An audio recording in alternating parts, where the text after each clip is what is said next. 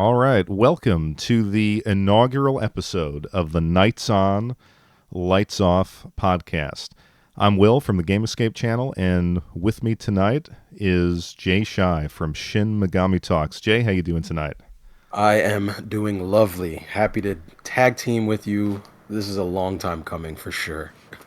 Definitely. You were one of the best commenters on my channel, and then I discovered all the cool stuff that you've got on your channel. It just felt like a kind of a natural connection. It did in the beginning. It really did. I was commenting on most of your videos back in. Um, I remember finding your YouTube during the pandemic, so it really got me through those tough days. And I was like, one day, me and this guy are gonna make videos together. I guarantee it. The podcast is a good way to start. Absolutely. Yeah, and then I don't know, for whatever reason, I never actually clicked on your name until maybe 6 months ago, hmm and then I saw all the stuff that you did, and you've got some, you've got an incredible collection.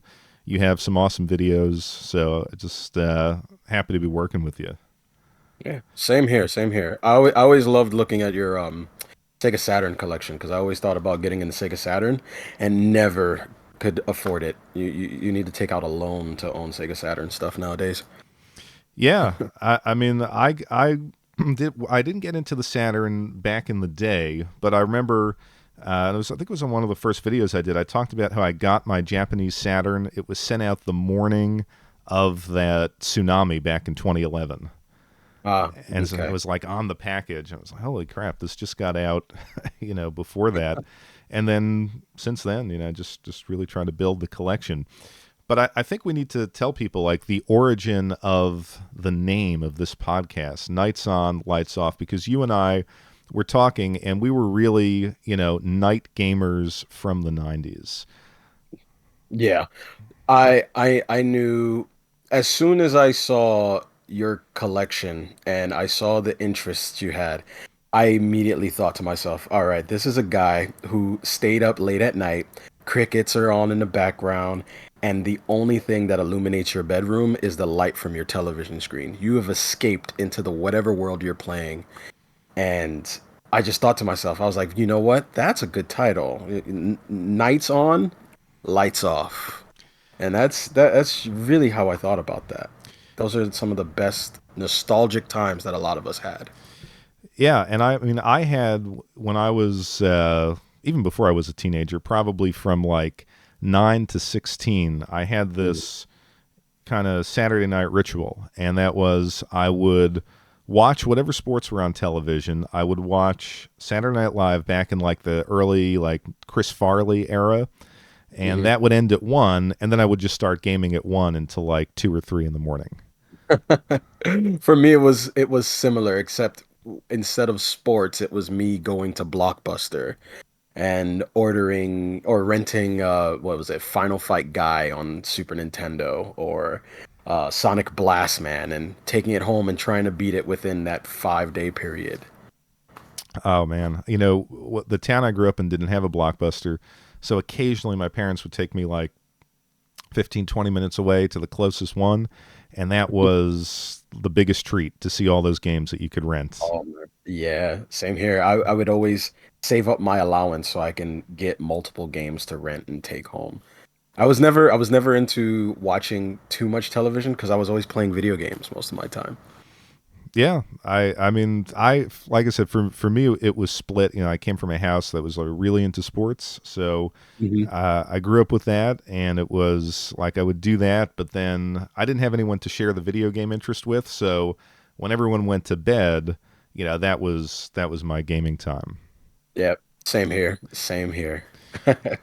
So I figured we'd start off. We'll kind of just jump right into it with games that we've been playing and some pickups. Because one thing I know about you is you are always getting the most interesting stuff, and you've got an incredible collection. But are there any games that you've been playing, say, within the past 2 3 weeks? Yeah, definitely. So, and yeah, I do. I buy some weird stuff. I buy some really obscure video games that catch me off guard. Lately, I've been playing an RPG called Redemption Reapers. It's a tactical strategy RPG made by the some of the developers that made Fire Emblem. It's really good. A lot of people on the internet said it wasn't great, but I always like to buy games that everyone hates because I usually find out it's a gem, and that game is a gem for sure. Um, the second game that I've been playing is actually on the Evercade. I've been playing a game called what's it called?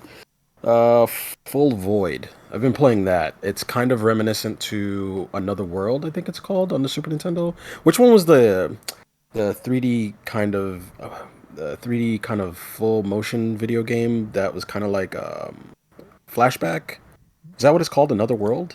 Another word. I see. I'm not familiar with that one. That was a full motion. Not full motion. It's kind of like that early era of 3D graphics, pixelated graphics, and it kind of reminds me of Flashback. I think it's called Another World. I think that's what it's called, and it's Full Void is kind of like that. It's a cyberpunk adventure game. Kind of feels like a Prince of Persia esque, old school, 2D side scrolling with traps, and you have to jump over platforms and stuff like that. I've been playing those two games so far. I have so many games that I can't even play all of them. Yeah, I mean, I'm the same way. Like I have games that, and we'll talk about this a little later on, but games that I buy because they interest me, and then games that I'm actually going to jump into. And so for me, I mean, I'll start with the first of those two categories, and I wanted to pick up the Baten Kaitos remaster on the Switch, Yeah. and then also the Final Fantasy Pixel Perfect remaster because the I got actually got both of them from PlayAsia, and I think the Final Fantasy one is slowly becoming very rare because for whatever reason on eBay here it's about 90, $100, Oh yeah. and they were still selling it for retail over at PlayAsia, which was 80, which is a little expensive for me, but I was like, you know what? This is probably something that I'll regret not buying, even though I've played all of these games in various remastered formats over the years. And I missed Baten Kaitos back in the day on the GameCube. So I actually do want to open that and play it, but I know I'm not going to have time. Yeah, let me know how that goes because I remember growing up, I used to always see that game on store shelves on like what was it, GameStop or EB all the time, and I just never bought it for some reason. And now that I'm so into RPGs, now I don't have the time to play them. So Eh, let me know how that goes. I mean, that's one of the difficulties of loving the RPG genre is that they are such a time sink, at a time in I think both of our lives where we don't have endless amounts of free time. So I've got a stack of them, and I'm like one day. But One the one day. games, yeah, it's going to happen one day. But the games I've been playing, the Mario Wonder game for the Switch, Mm, and I'm one of those people who will pick up every Mario game eventually just because it has those nostalgic associations with my childhood. So I just kind of figured this was another like Wii U, whatever that was called, New Super Mario Brothers Deluxe. yeah. And those games were okay. They served their purpose. But I was absolutely blown away by Mario Wonder. And a lot of people online were saying it is the best 2D Mario game since Super Mario World. And in fact, it was kind of like the true sequel to that game, or it has that feel to it. And I thought that was a little hyperbolic. I just thought it was people online just talking up the game or doing some influencing on behalf of Nintendo. But I was wrong with that assessment. This is really really true, and it had the sense to me of it was as if you went back in time to the people who designed Super Mario World and gave them this super advanced technology and told them, "Hey, let your imaginations run wild." And that's what this game is. It's Super Mario World inspired levels, and the wonder is, you get these seeds, and the level transforms, and it gives you a challenging or amusing gameplay mechanic that completely changes how you'll play the level. Um, there's so many of them at this point. I'm just trying to think of things that stand out. So, typically you would jump over fire pits and you'd have the fireballs shooting up at you. Well, you get one of these wonder seeds, and now a dragon comes out of the fire, and you ride it through the level trying to dodge all the different projectiles, things like that. Um, That's, that characters. sounds awesome. Yeah, I mean, sort of growing to massive size and smashing through the level as you're trying to escape them. And then, of course, it has that all the classic elements that you would expect from Super Mario World, plus other sorts of challenging levels where there's obstacles, there's climbing, there's searching out a relatively small level for different power ups. It's just incredible. I'm kind of blown away by it. I actually thought about buying a copy of Wonder, and it was the first time in a long time where I saw a commercial for a Super Mario game, and I was actually intrigued. And Wonder was absolutely one of them. I haven't picked it up yet, but I'm definitely picking that up. It's been on my list for a little bit. And I remember seeing the trailer too, and I think I was the only one that actually noticed it when I saw it on the trailer. It was like it reminds me of Rayman Origins when I saw it in terms of motion, fluidity, and creativity that it was showcasing on its trailer. And I I've never been more intrigued by a platformer in this day and age until I saw Wander. And I love Rayman Origins because I bought that game 3 times on 3 different consoles. So I'm definitely picking up Super Mario Wonder as well. Yeah, I mean, you may find it like if you're like a super serious Mario player from back in the day, it might come across as like a little bit easy. Hmm. But at this point in my life, I don't have a problem with that. I always say life is Yeah. frustrating enough. Why should Yeah. you be Same. frustrated by video games? Yeah. a So thousand percent agree. yeah, and I was one of the things that I was thinking about is like what is the difference between this and say something like, and I'm just going to call out like Streets of Rage 4.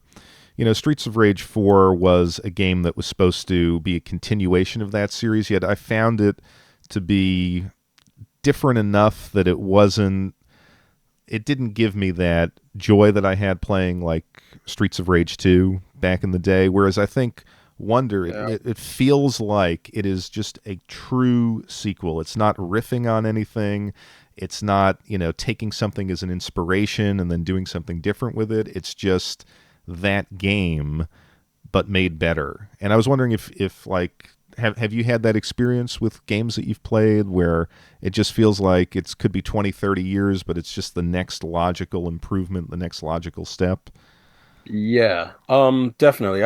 I can agree to some extent. I do love Streets of Rage 4. I love that game to a degree to the point that I've purchased that game on 3 different consoles as well. I've even bought the anniversary edition just so I can play it 45 more times to unlock everyone all over again. I do love that game, but I do agree. There is something about Streets of Rage 4, when I played it and I beat it, it didn't give me the same satisfaction that I had when I played Streets of Rage 1 and 2. Um, it might be something with the terms of like how long it took, and we've kind of exhausted all, joy on the first 2 games. But the thing is that when you go back and you play 1 and 2, that joy is still there, which is very strange. But when you play 4, it's not the same. And it might be because of age, because I mean, we're both older now. So Maybe it's because, when now that we're playing something, we kind of feel like, we've been here, done that. It's not nostalgic for us. It does feel like just the next step. It doesn't feel like something groundbreaking. Yeah, and to be clear, I mean, I like Streets of Rage 4, and I played it, and I was like, oh, yeah, this is a cool take on Streets of Rage. I would have gone with a different art style, but it's a very good game. But I Mm. feel like Wonder is, just something different. And the only other game that I could think of that gave me that feeling was this Sea of Stars, and we were talking about that on the Discord, Oh, yes. Oh, where yeah. yeah, where it wasn't like, oh, I'm going to think about what made 16-bit RPGs great and then riff on that. It's like, no, I'm going to make a 16-bit SNES style RPG and just go crazy with it with today's Yeah. technology. Yeah, I've never played Sea of Stars, but I do plan on getting it. That's another one because I've heard nothing but great things. All my friends talk about it, and when I saw it for myself, I did see it. It's one of those RPGs that it's doing something that RPGs did back then, but it's like you said, it's going crazy. It's an RPG that can also stand on its own in this day and age. There's not a lot of games nowadays that can do that. A lot of games copy other games that we play, but that one looks like it's doing something that's reminiscent, but it's doing something that stands out as well. Yeah, like I feel like with both these games, if you had given them to a, I don't know, 15-year-old me and said, hey, this is the future, it would have seemed completely seamless, but also incredible. So I really feel like, Mario Wonder, and I want to, I want to find more of those games as time goes on. But It's getting difficult to find those games nowadays. You have to do a lot of digging, a yeah, lot of digging. and I feel like you're the perfect person to talk to about that because, like you said, you find the obscure games, you find the ones that people write off or people don't know about, and there's some gems in there. You actually Yeah. told me about what was that? Is it called Gunvein? Is Oh, Gunvein, the shmup by NG Devs. Yeah. Yes. You gave me the heads up when they were doing the physical release of that, and Yeah. I was traveling, so of course I didn't. I just missed it, and I didn't get a chance to order it, but I got it on Steam, Mhm. and holy crap, that is a great game.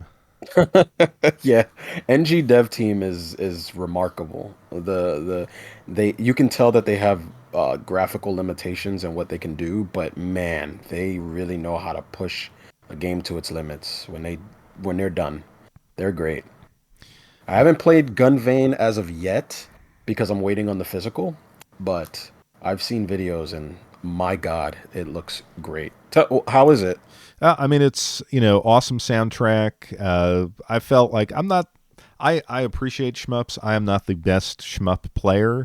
so I was struggling there to get through. I think the third level. So then I just put it on practice mode so I could kind of move through each level and see what it had to offer.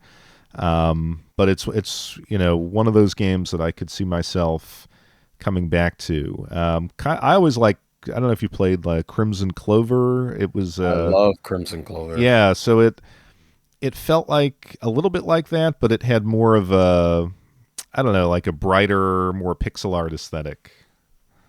Okay. Yeah. Yeah, but I need to, I can't wait to try that game when it comes out.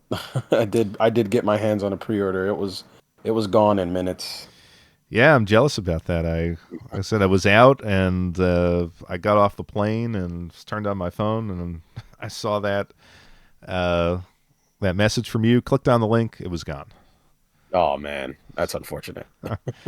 So, but anyway, the other game I was playing, another kind of surprise for me was this game called RoboCop Rogue City, which just came out this month, beginning of the month, and it just looked like one of those games that I a shooter that wasn't quite a AAA game, but certainly not an indie game because obviously they could afford this license.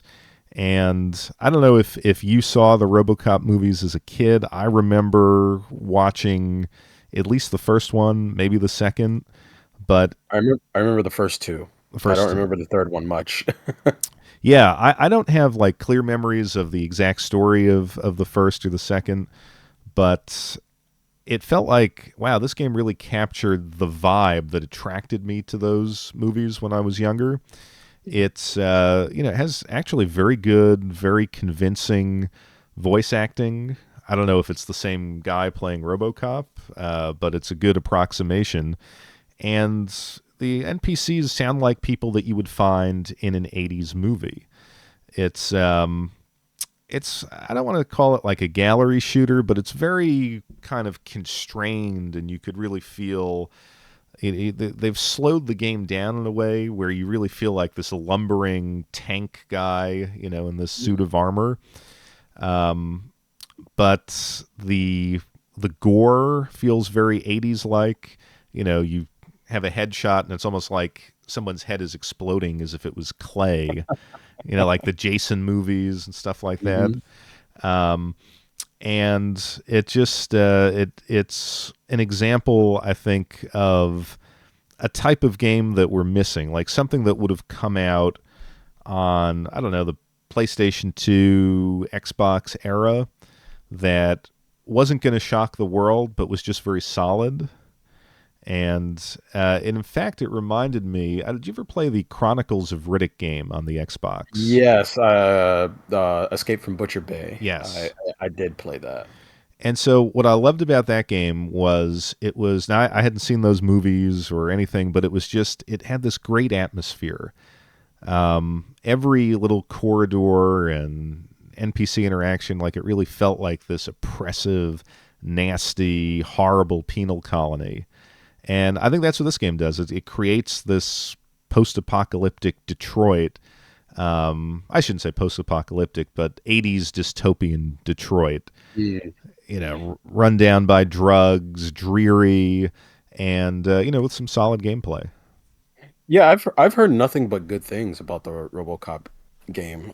Everyone says that it's super authentic to the 80s movies. I haven't tried it out for myself, but I will say this for sure. I think that the RoboCop game, if you can find it physically, I think that's a game that's probably going to go up in price in the near future because I don't think RoboCop is as popular as he is today, and it's a licensed IP. So whoever is listening to this, I think that you should grab that. It might end up like the Godzilla game.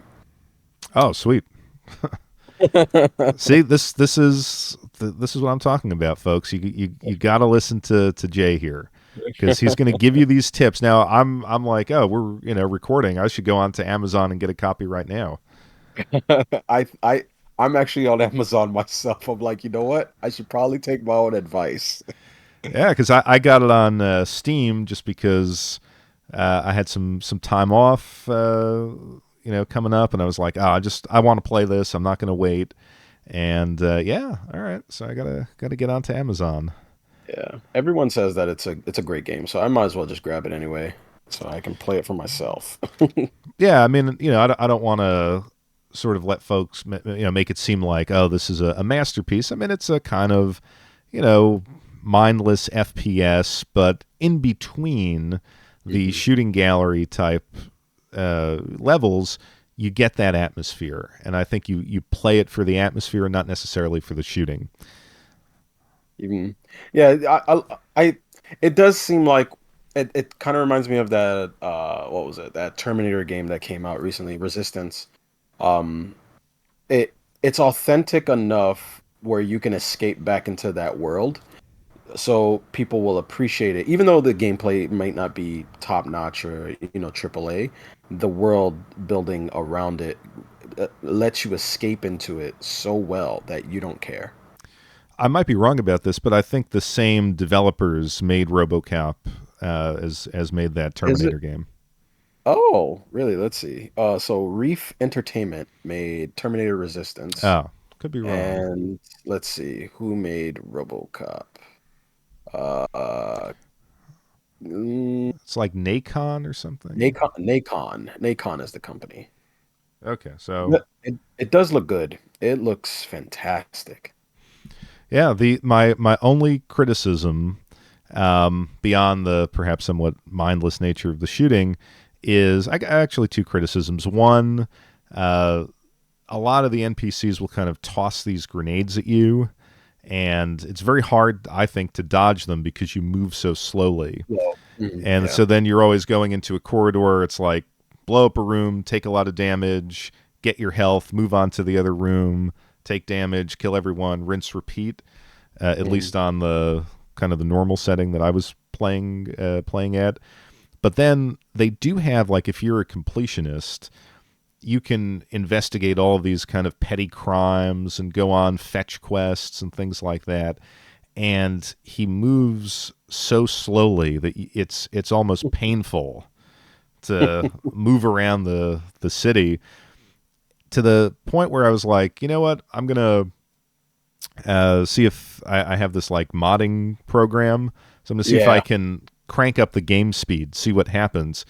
And the interesting thing is, I mean, in some games when you do that, your character is moving quickly through the world.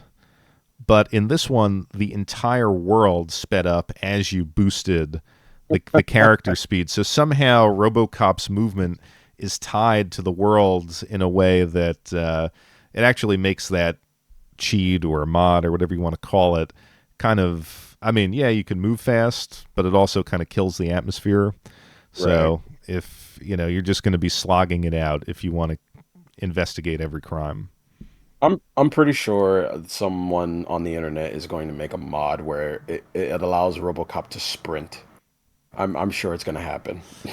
Yeah, I mean, he does sprint to a degree in the game, and I haven't maxed out like all the the entire skill tree, so it's possible to get him moving faster. But yeah, so that's the only thing. But it's a minor complaint in an otherwise really interesting game. Mm. So I wanted to jump to a news story. I figured each week, if there's something worth talking about as far as gaming news, we could bring it up. So I came across an article entitled, China's buying up Japanese game studios. This was on the front internet page of the Guardian newspaper uh, earlier this week. And I figured, hey, it's very rare that you get Japanese gaming news front and center on an international news site. So, just a brief summary, because I did want to get your take on this. Basically, there's a company called NetEase from China going into Japan and buying up Japanese game studios and kind of targeting the top developers from the 80s and 90s who are now kind of in their 60s and 70s, and bringing their teams.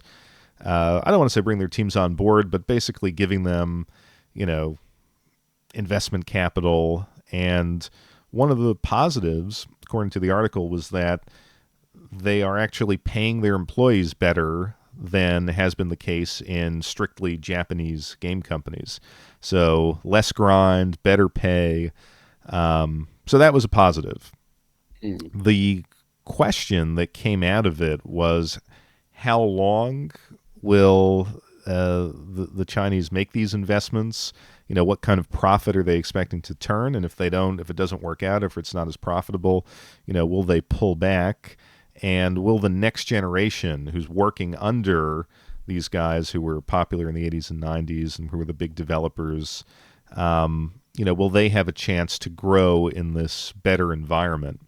But I think more broadly, it's kind of interesting. Like, I think this is a play to a degree like we're seeing with, and a much more minor financially, but Saudi Arabia coming in and buying up sports properties and trying to extract as much profit as possible.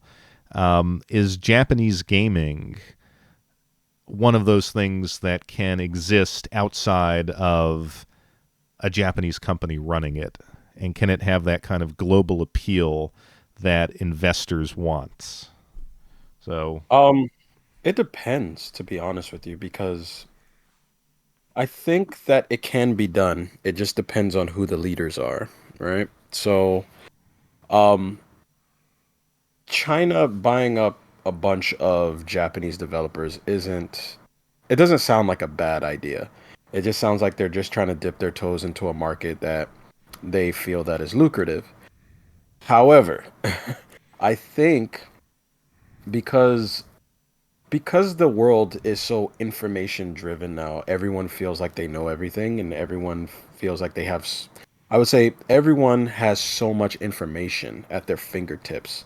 A lot of people feel like they know certain things. So a lot of gamers would probably most likely be afraid that China will, because one thing that I always hear whenever Japanese markets gets tampered with from another country is censorship. That's the first thing.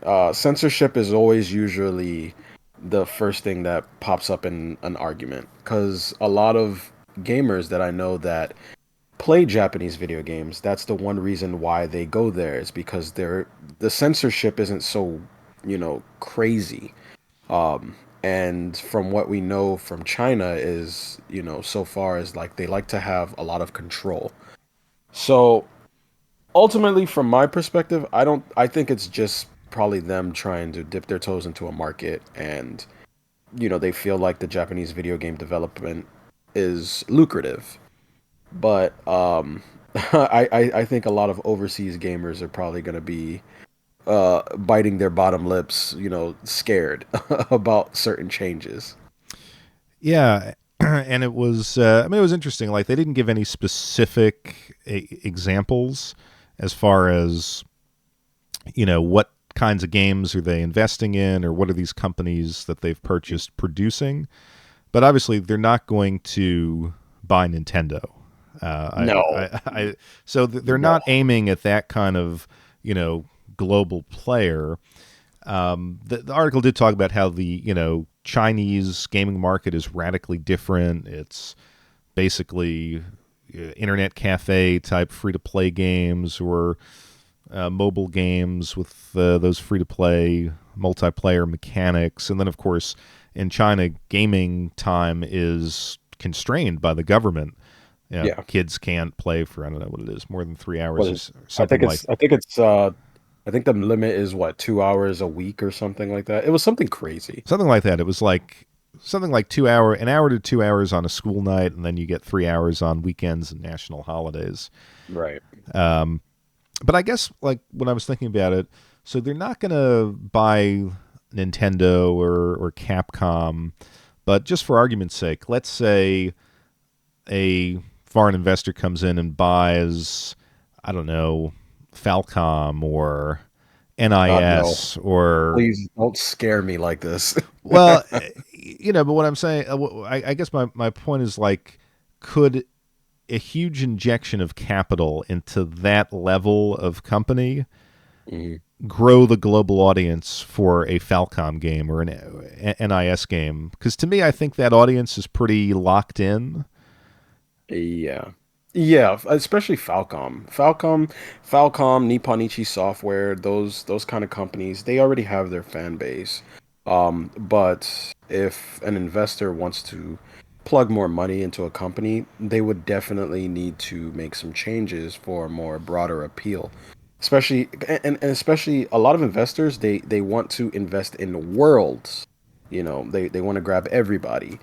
Um, Falcom right now knows who their customers are. Nipponichi knows who their customers are, and they've been catering to those customers for years. Now, the problem is when you run a corporation, you can't only cater to those people. Unfortunately, if you want to grow a company, you have to somehow broaden those horizons. You have to cater to more than what you're catering to now. So, yeah. Yeah, and I think like the doomsday scenario is, let's say they bought that type of company and they're like, hey, what is profitable? Oh, like let's do something like FIFA Ultimate Team, but for JRPGs, or Capcom is selling fighters, in Street Fighter. We're going to sell other people that you could bring into your party. Like, you don't want them to chop it up and monetize it like that. But on the other hand, I don't see people putting down a Madden and picking up Disgaea or something like that. So we'll see what But happens. I mean, the today's gaming market has surprised me. I will say that for sure. I mean, you could take some of those IPs and turn them into gotcha games. I mean, gotcha games make tons of money. I'm not even gonna lie, I've fallen into the trap myself on some occasions. But I will say, some people, they invest in gotcha games, and then you have streamers who influence that, So let's let's let's cross our fingers and hope that doesn't happen. Especially not to Falcom, because I love Falcom. Yeah, well, actually, when you were talking about that, kind of the game, what I think it's called Genshin Impact, comes to Oh mind. yeah. And if I Hmm. recall, that was like a Chinese developed game that really appealed to the kind of anime Japanese aesthetic and was popular with kind of the crowds that we're talking about. I don't know if that's a gotcha game. I've never played it, but I think that was very successful. It is very successful. It is a Chinese. Is it Chinese or is it Korean? It's one of those. But it did adopt the gotcha game system. But what it did was, which I thought was actually very creative. It took the fundamentals of what made Breath of the Wild so popular, and it turned into a gotcha game. Oh, So cool. yeah, that's basically what it is. Interesting. All right. I haven't had a chance to look at it, but maybe one of these Don't days. don't look at it. It does look appealing, but it'll sap you. Don't do it. Well, yeah, I'll follow your advice maybe because time is time is a precious commodity, and Yes, it is. so since we're talking about Japanese games, one of the things that I think we've talked about for a while is like what drew us to Japanese gaming, and I think that would be a good kind of thing to bring up on our inaugural episode because I mean, I see myself as like a dilettante compared to you. You have got some like deep roots in Japanese gaming and culture, and but I want to know like what brought you down that path back in the day. Um, well, if I can, it was I would say it was a steady build up for sure. I remember I made my YouTube channel back in 2000. I would say I'm gonna say 2010, maybe 2011. It was about that time, and at the time, I was still playing a lot of mainstream games. Games like what are your Battlefields. I was playing games like Call of Duty and all that stuff, and I just got to this weird conclusion that I wasn't really having fun with these games. I was mostly playing them because I mean it was in the zeitgeist of just popular AAA titles. That's why I was playing them. And I think when things started turning around and I started importing and started paying attention to more, um, I would say I would call them. I guess the proper word is like zany is probably the kooky games. Is when I discovered what was that game called? Shadows of the Damned. I came across Shadows of the Damned, and I came across Lollipop Chainsaw and all that stuff, and I was like, who is making these games? And it was Suda51. He made No More Heroes, Killer is Dead, and all that stuff. And I was like, oh, it's a Japanese developer. And then I would say I kind of fell down a weird rabbit hole because of Suda51. So I was like, I wonder if there's like more zany, kooky Japanese games I can buy that's insane. And I think the next game that I bought that was crazy anime stuff was a game called Onichambara. I bought that. It's like bikini girls hack and slash killing zombies, but they kill zombies in their bikinis. And once I played that, I just kept buying more weird things. Like I don't know why. I just fell down this weird rabbit hole of buying weird Japanese games. And years went by and I guess somewhere along the lines my channel kind of shifted and it turned like I became like this weird Japanese anime video game aficionado that everyone has dubbed me. So that like whenever they like a lot of subscribers that will comment on my videos, they'll say, "Oh my God, I've never heard of this. I need to go buy it." Or, "Oh my God, like what is this weird game that you're playing that has girls, shooting each other with like water guns or something like that?" I always I grew into this knack of discovering weird, obscure anime games. And that actually threw me down more rabbit holes of maybe I should look at the older stuff. And I started looking at PC Engine and PC 88s and all of that stuff. And a lot of the things that I found, I found from you telling stories about some of the games that you've played and what you were searching on, and I fell down more rabbit holes. I just have this weird habit of falling down rabbit holes. That was the problem. Well, I mean, that's the best part of being a collector is to kind of go down those rabbit holes. Yeah. And I've been down some deep ones in my life. But it's funny. So you brought up the Lollipop Chainsaw game. Hmm. I Yeah. saw that on the shelves forever in kind of Right. like whenever that came out, 2011, Two, 2012, something like that. 2012. Yeah, it's about that. And I mean, I'd see it at GameStop, and it was cheaper, back in the old used section, and I never picked it up, and now I'm kind of regretting it. I still don't know what it's about. I mean, was it like a hack and slash or So Suda51 has this weird. He has this weird knack for wanting to create arcade-like games. So think of a hack and slash with an arcade aesthetic. The more combos you build, the more score you build, and all this stuff. But it's a short game. It's very fun though. uh, It's a very good game. I'm looking at it right now. I'm like, I can't believe I. $73? Why? How much is it? $73. Yeah, should have bought it when it was $20. But I'm one of those guys. I hate the GameStop used stickers. Yeah, I'm the same. So that always I really would have to be in one of those modes where like I must play this game now to buy it. And the Lollipop Chainsaw never got me in that mood. So now I have to pay $73. How'd you get into Japanese games? What was your What rabbit hole? Well, it was interesting. I mean, for me, I sort of, and I'll take it back to my very earliest days playing video games. I got my Nintendo Entertainment System. I was all about it. I was addicted to it. And I remember my father coming into the room and he kind of looked at me and he's like, that thing that you love, that's not American. That's made in Japan. And the Japanese, like, this was like whatever it was, 89, 90. This was Mhm. before the Japanese era of stagnation came in. And he's like, they're really leading the world in everything. They're the top country when it comes to technology. And, I'm glad you like your Nintendo because one day you're going to be working for the Japanese. Mm. And I was kind of like, oh, cool. So this thing that I love is not American? That's awesome. And so I always had this in my mind that this hobby that I had was not an American hobby.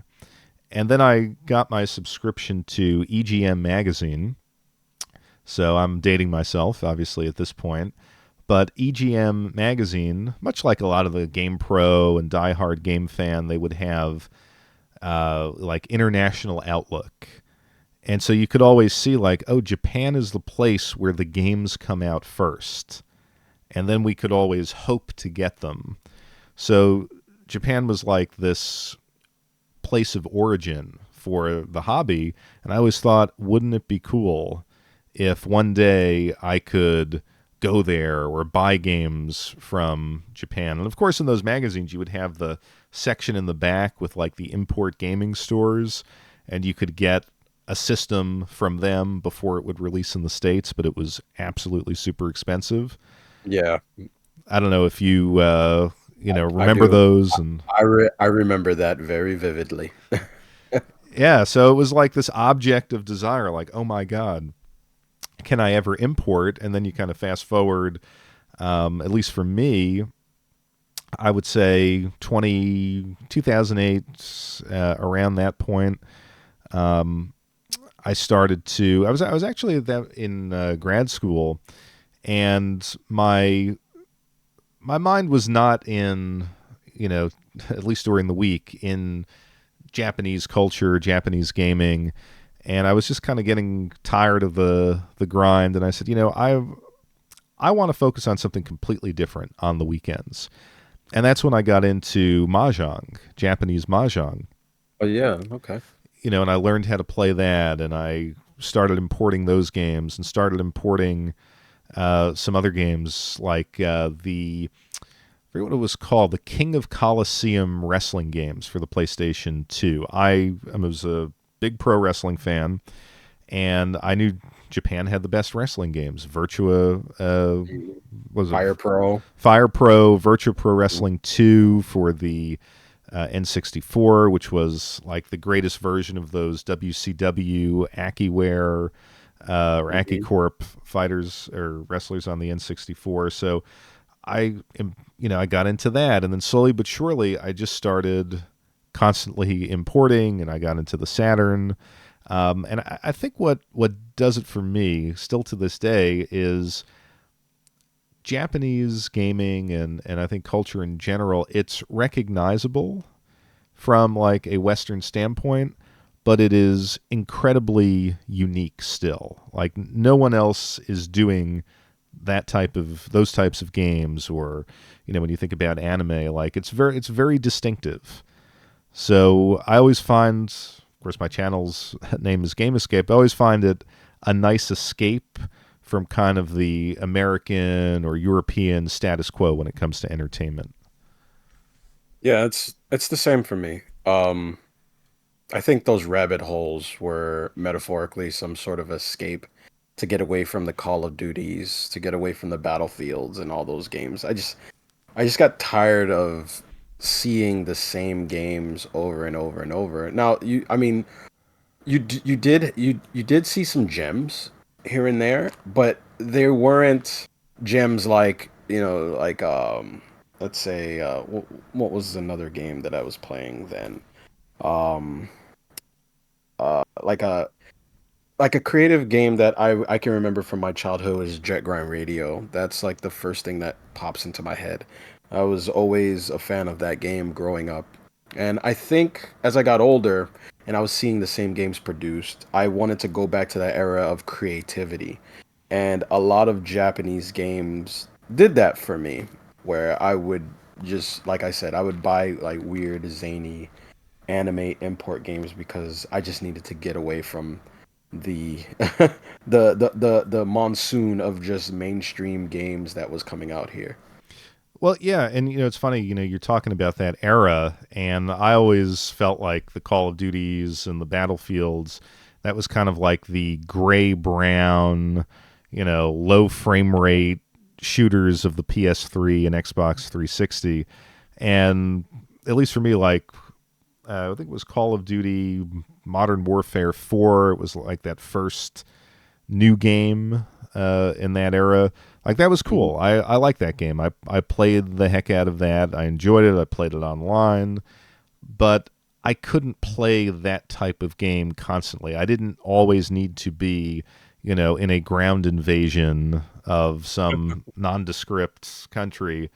Um, so yeah, I could totally see where you're coming from because I was getting bored with that stuff as well. Yeah. Like there were, to be completely honest, now there were some outliers that were really, really good. Like at that time, I remember one game that you can say was, oh, it's just a first-person shooter, exactly like Call of Duty. But there was a joy into this game, which was Far Cry 3. I did find it fun, jumping off of cliffs, landing in safely into like a river of water, and that stuff was cool. It always felt like a build your own adventure kind of thing. Um, I did enjoy games like that, or games like Prototype, which was kind of like, running up buildings and such. But I don't know what it was that I just kind of got tired. And I think the great thing about Japanese gaming is, if you add, at least we'll talk about it today, if you add in the Switch library, the PS4 library, and then you kind of look at stuff like the PC Engine, the Sega Saturn, you will never run out of new experiences. So if you're out there and you're tired of your Maddens and FIFAs and stuff like that, pick a rabbit hole and you'll never come out of it. Very, very true. Except some of those rabbit holes can be very expensive. So Yeah, beware. yeah. I mean, that's one of the things we were kind of talking on Discord. My wife went to Japan for her work, and she came back with just a stack of games and kind of different. Some anime stuff, some video game books, Sega Saturn games, and I saw the prices she paid. Like they were dirt cheap, if you're over there. And then when you start importing this stuff, I hate to think of uh, the the profit margin on a lot of the stuff that I've purchased over the years. Kind of scary. Well, there is a trick to importing. One day I will teach you the ways. Okay. Well, see this again. We got to record an episode on that, or maybe not, because we don't want to give away our sources. But I know people use like the proxy services and stuff like that. Yeah. But yeah, I think what I need to do is get over there. Have you been to Japan? I think you have. I haven't gone to Japan. Oh, I okay. have I have two friends who live there. One is a video game translator, and another one is a teacher.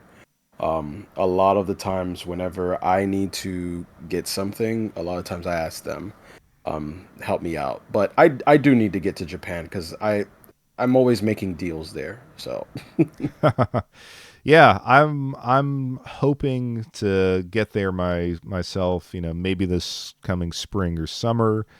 I'm just gonna see if I can work it out, sort of tag along with my wife, and then the hotel's taken care of, and I just have to worry about the airfare. So we'll see. It's a yeah, long trip, long trip. fingers crossed, man.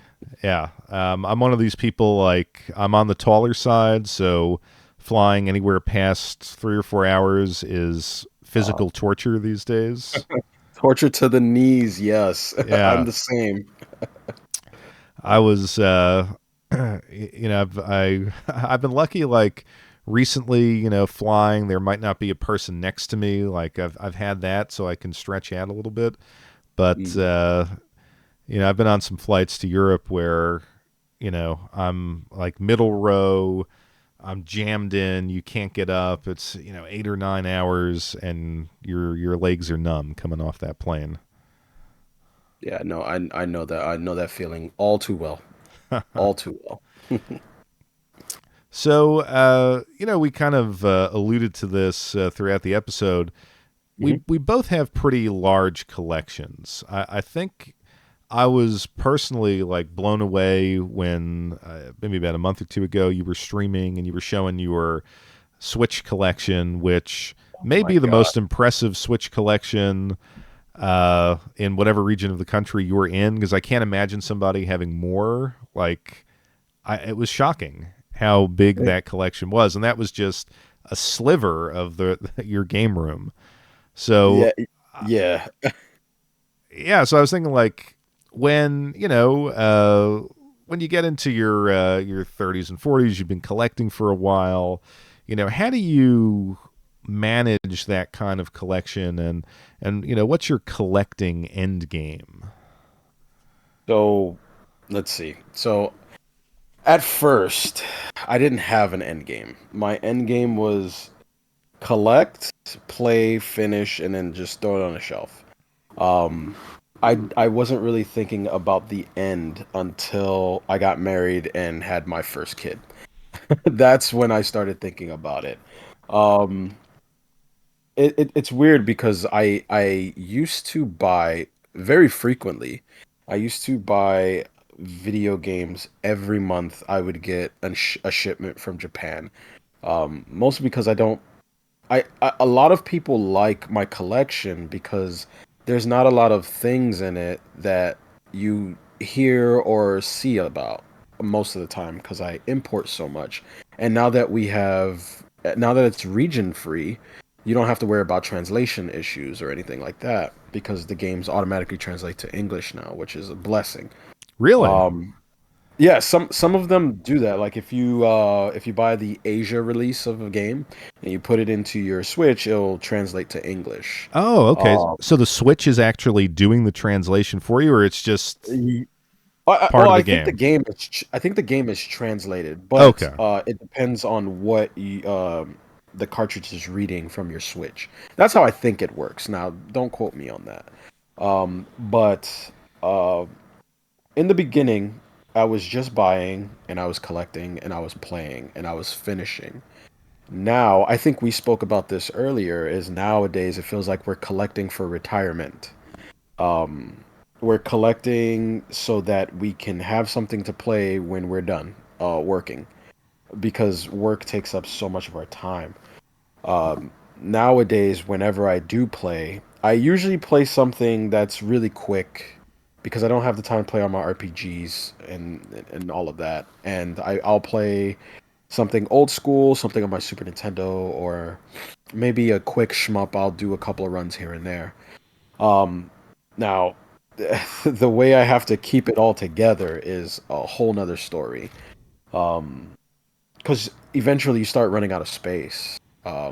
Luckily, I didn't run out of too much space, so I still had a little bit of room here and there. And I don't know if you saw the video, but I have shelves on my wall that I mounted, and I place games on there, kind of like a video store. And I that kind of freed up some of my space there, here and there. But yeah, my end goal as of now is I don't buy as much now. I only buy what I plan to play that then and there. Like the Super Mario game, I know I can probably get through that in probably like a week, but I don't purchase RPGs anymore. Um, I think the only RPG I'll probably purchase is from Falcom, which is an East game. That's like the only thing I'll put all my time and effort into. But those days of me playing Disgaea games are over. Like those are done. I can't play a 90 plus hour RPG anymore. I'm in retirement mode now. I only keep games to the side for when I'm ready to play them for when I retire.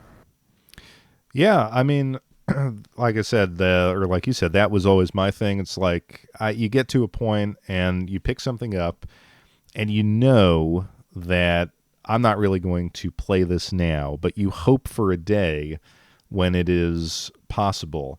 And sometimes that day is not necessarily retirement. Like I remember about a year ago or something, 2 years ago, there was like a snowy weekend. We were kind of like snowed in and had nowhere to go, so pulled a game off the shelf that was in shrink wrap for 3 or 4 years, and it's like, oh, this is fun. Like you're buying, your tastes, and you're buying for that future version of yourself that will have the time to play Hmm. the game. So I've been doing that a lot now. I'm going to say this like it's a big discovery. I'm always late to the game on everything, but someone told me about the website Woot, WOOT, I'm gonna and look it up I now.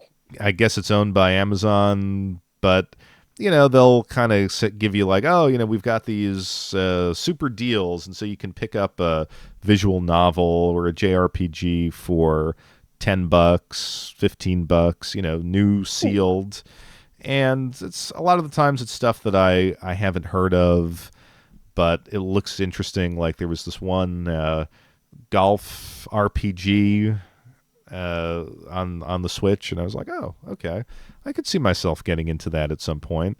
$10, you know, Oh why wow. why not Okay. why not order it? So if it's I've always had this rule. I think I talked about this in a video where if it's under $20, I will give it a shot. You Yeah. know, So yeah, how do I manage it? I think shelving is absolutely important. As you said, if you can build shelving, you can really maximize your space. Um, I've always thought to myself, at some point, I would love to at least sell off games that have become super valuable and use that money for some other purpose. But I don't really have any games that are super, super valuable, like, thousands of No, dollars. I think that's a lie. I think I saw a DoDonPachi somewhere in your collection. That's pretty pricey.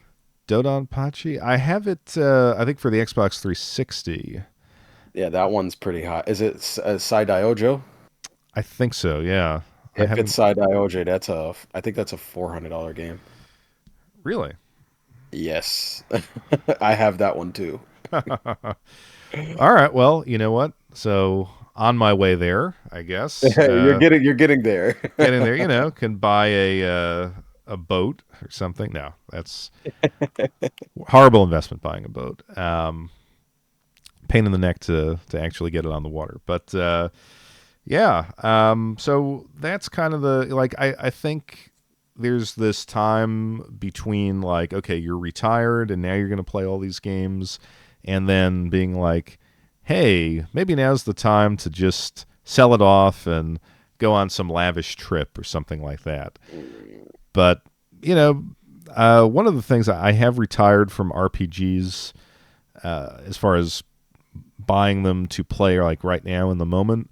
But I have found that I think it was last Black Friday. I got this PC program, the modding program I talked about called WeMod, and if you have some like RPGs in your Steam library and they're connected to this, like they have mods for certain games, I can play through some RPGs with tweaking some of the parameters, which I know is cheating, but if you like RPGs and you just want that RPG experience and you want to progress without insane grinding, Hmm. it's a way to do it. So when I want the the JRPG fix, I will sometime. It depends on the game. You play it for a while, you see what the in-game economy is, you see what the battle system is, and then you can find something to tweak that will allow you to progress a little bit further. Whether it's damage multipliers, experience multipliers, encounter rates, things like that. A lot of people will see me as a fraud for doing that, but it's like when you have limited time and you want that Yeah. experience, or you want to check out what this game was that you bought for 99 cents back in the Steam sale of 2012, it can be useful. Yeah. I would definitely utilize that for sure. That almost reminds me of that option that what was that game on the 3DS had Oh, Bravely Default. Bravely Default. Thank you. It reminds me of that. Yeah, and I think like I don't know why more games don't do that. Because not every one of your consumers is a 15-year-old boy with tons of disposable time. And Right. and I think there's a lot of value to just exploring a game world. And I find it to be relaxing. So if I can, tweak the game in such a way that, okay, I've got an hour and a half tonight, I just want to unwind with an RPG. Games should give you that ability. I agree. For sure. I even said this in one of my old videos.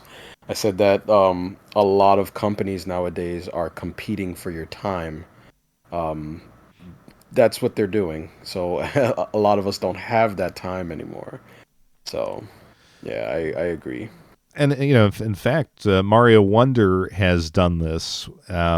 When you play it, like you can play as a couple of the Yoshis and some other character that I wasn't familiar with, like a rabbit character, I think Nabbit or something. And if you Mm, play as those characters, you don't take any damage, but you also can't utilize the power ups, which in some cases you need to kind of like move through the levels. But if you're having a particularly like difficult, especially like the super difficult stages, the 4-star difficulty stages, you can switch to that. move past whatever obstacle and then go back to the regular characters. Oh, okay. And I figure, That's like, helpful. not only for the time constrained adult, but like as a kid, if you're struggling with a level, you can still move through the game and see the whole game that your parents bought you, which I think is nice. Yeah, I like that. So, we then talked about, hey, like, we're always importing, we've always got some interesting stuff. So we wanted to do this segment called It Came from Japan. Um, Interesting things we've imported. Um, I'll talk about one that's, kind of a oddball, but pretty standard for me, and that is Super Real Mahjong Love compilation on the Switch. Super Real Mahjong uh, was a game. I mean, it probably started on the Japanese computers. It was big on the PC Engine, big on the Sega Saturn. It's basically a strip mahjong game, and but me being an oddball, I'm not necessarily into the stripping element, but I like the challenge of the actual mahjong. I've talked about these games in my mahjong series. It's like there are when you play mahjong, like there are these dream hands that come together like once, twice, three times in a lifetime if you play it, actually. And Right. in these games, like you can kind of see the patterns of, oh my god, I can build that hand, and the computer's very difficult, so you need to make the right decisions, put your hand together, and of course, these women, when they're not stripping, they're taunting you for losing. So there's that kind of irritated, like, challenge, like, I'm going to beat this lady. It has great, like, catchy, I think all these Mahjong games, very catchy, like, 90s Japanese video game music. And to have all the games coming out, I think this came out in 2020, 2020 on a modern console. I had to go for it. It's certainly not everyone's cup of tea, and I would not recommend someone to import this if you have no knowledge of mahjong. But I don't know that we're ever going to get a super real mahjong physical product anytime soon. So I have been having fun with it. Of course, it's censored, so you're not going to get the actual cutscenes that were in the arcade games or the old school games, but um, it's a fun game if you like mahjong. I do. I have a friend of mine. We actually play Mahjong on the actual table. He bought a whole table and we play Mahjong. He actually taught it to me. So I fun game there. Um, for me, I recently got and I've been playing the hell out of. I recently bought the new port for DoDonPachi Resurrection.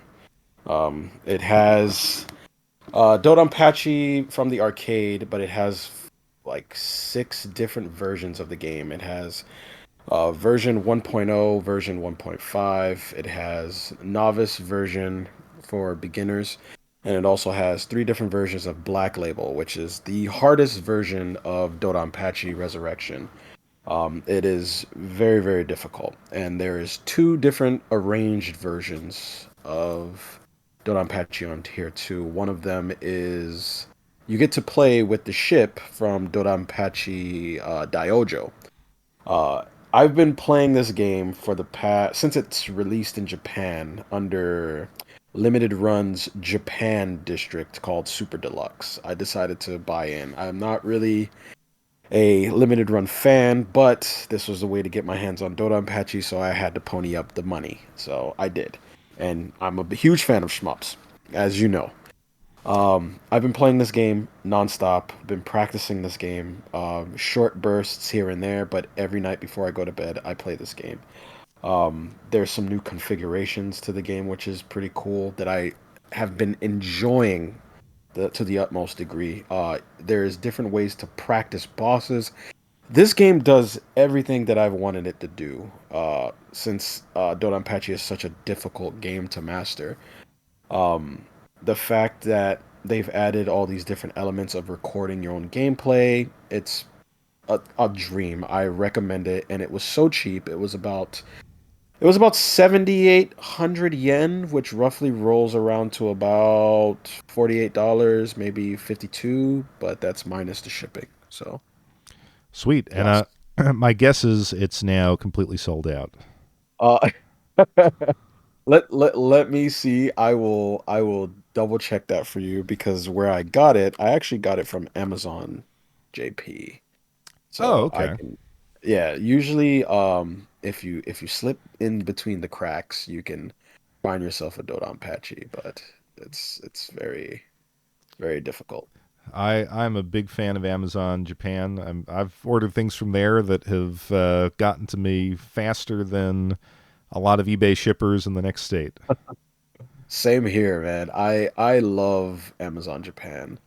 Um, Amazon Japan has when a friend of mine told me about Amazon Japan, I thought it was a myth.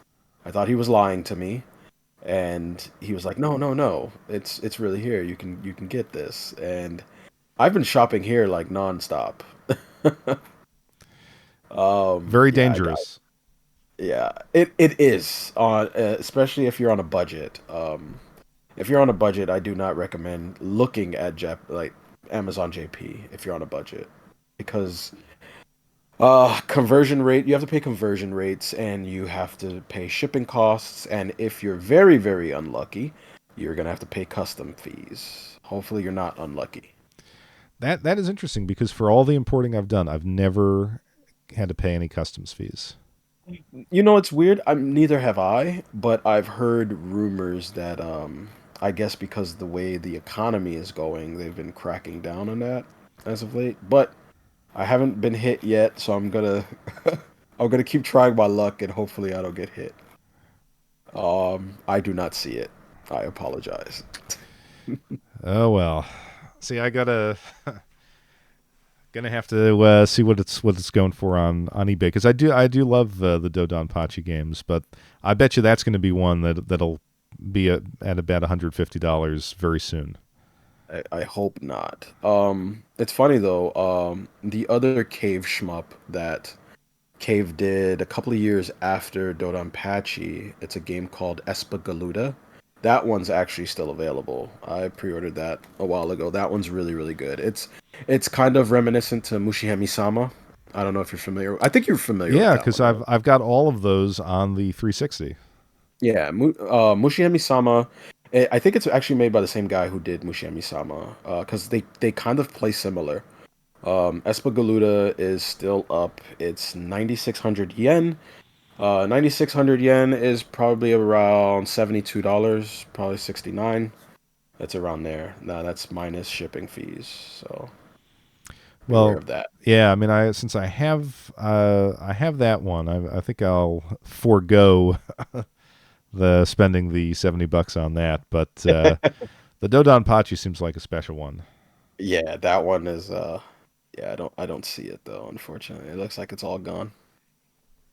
Now, do you get some sort of update from Amazon Japan? Like, are you on like some kind of mailing, like the latest releases, or you're just on there, searching on a daily basis?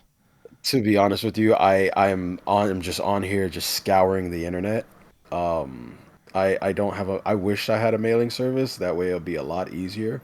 But no, I go on websites like Amazon, .jp, or I go on sometimes AmiAmi gives me sometimes pluses. Oh wow, there's an IRIM collection coming out, which is interesting. I know that you'd probably be into that.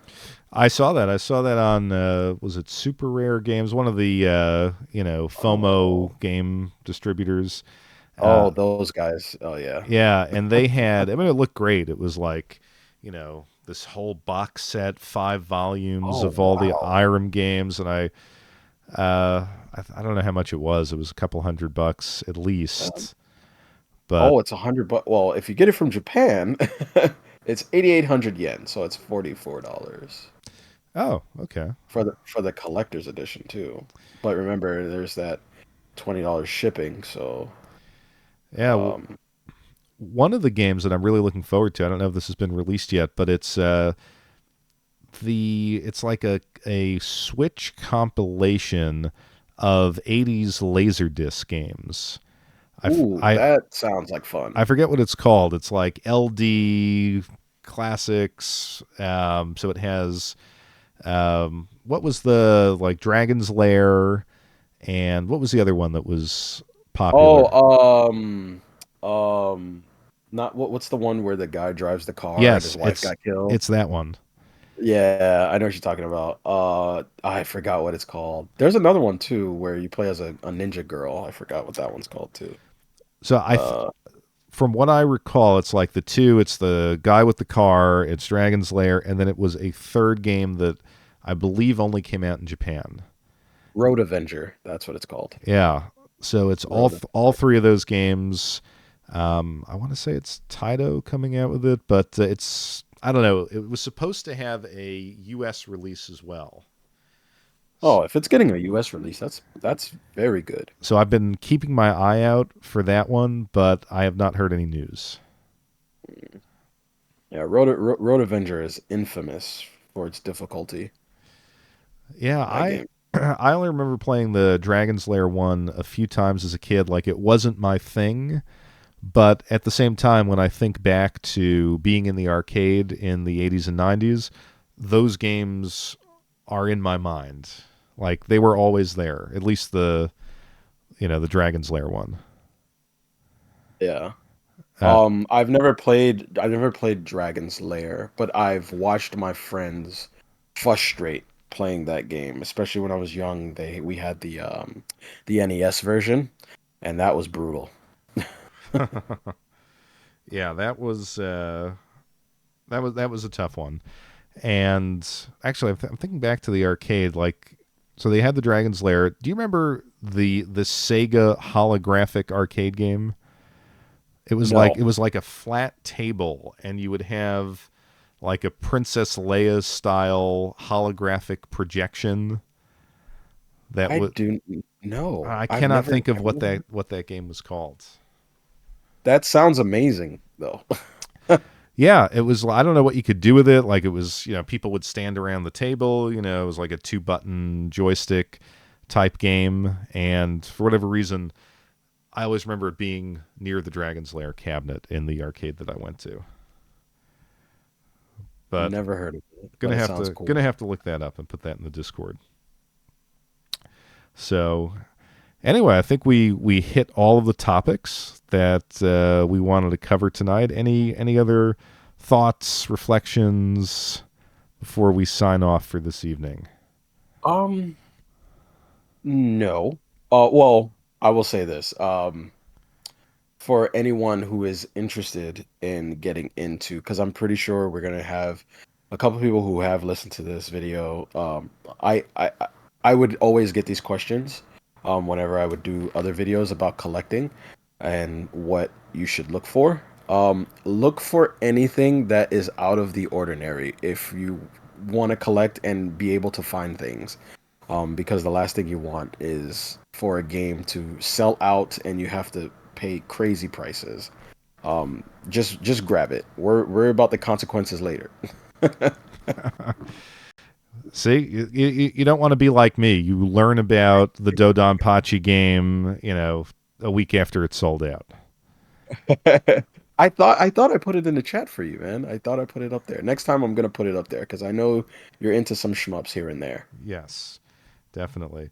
Yeah, I mean, I think that's great advice. You need to, and that's one of the things that you do so well. Like, you just need to be part of the scene. Like, constantly read about it, find those things, that don't get a lot of attention, and buy them before other people discover them.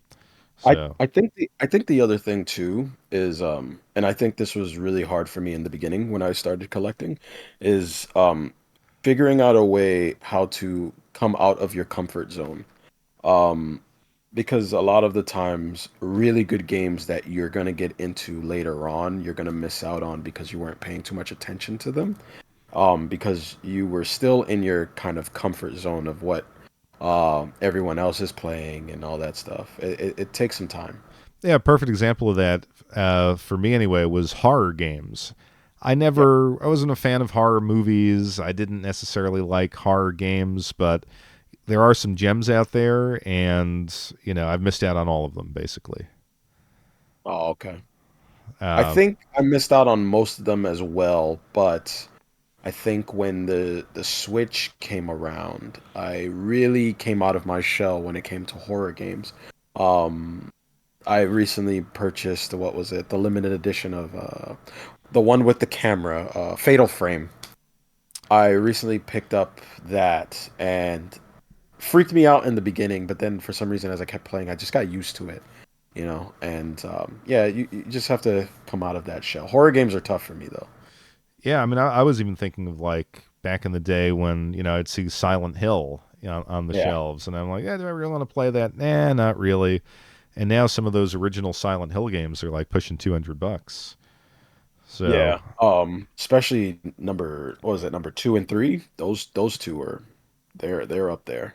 yeah, and a few years ago I was like, oh, I'd like to give that a shot, and then I looked it up, and I'm like, okay, no thanks. I'll wait for the compilation someday. Yeah, that happens, man. That So does. I'm never against a good compilation if I can get stuff that I missed out on way back when. So, but anyway, I think we'll call it there. Yeah. It's been a great discussion, and we'll have some show notes. I'll be monitoring the comments section, and I think we'll be back in December. Yeah, I can't wait for the next one. This is good. All right, man. Take care. Same to you, man. All right.